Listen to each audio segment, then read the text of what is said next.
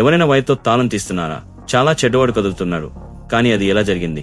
దాన్ని విడిదిద్దాం. తాళం లోపల పిన్స్ అని పిలువబడే చిన్న భాగాలు ఉంటాయి.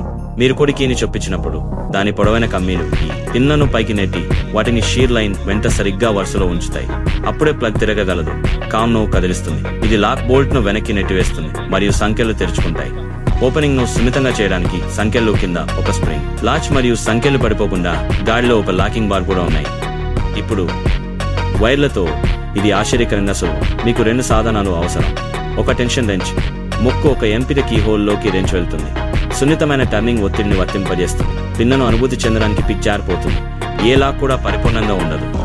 ప్రతి పిన్ భిన్నంగా బంధిస్తుంది. మీరు ఇరుక్కుపోయినట్లు అనిపించే దాంతో ప్రారంభించండి. మీరు క్లిక్ వినబడే వరకు లేదా అది సెట్ అయినట్లు అనిపించే వరకు దాన్ని పైకి నెట్టండి.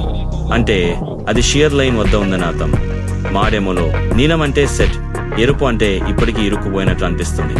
అన్ని పిన్లు సమలేఖనం అయ్యే వరకు పునరావృతం చేయండి.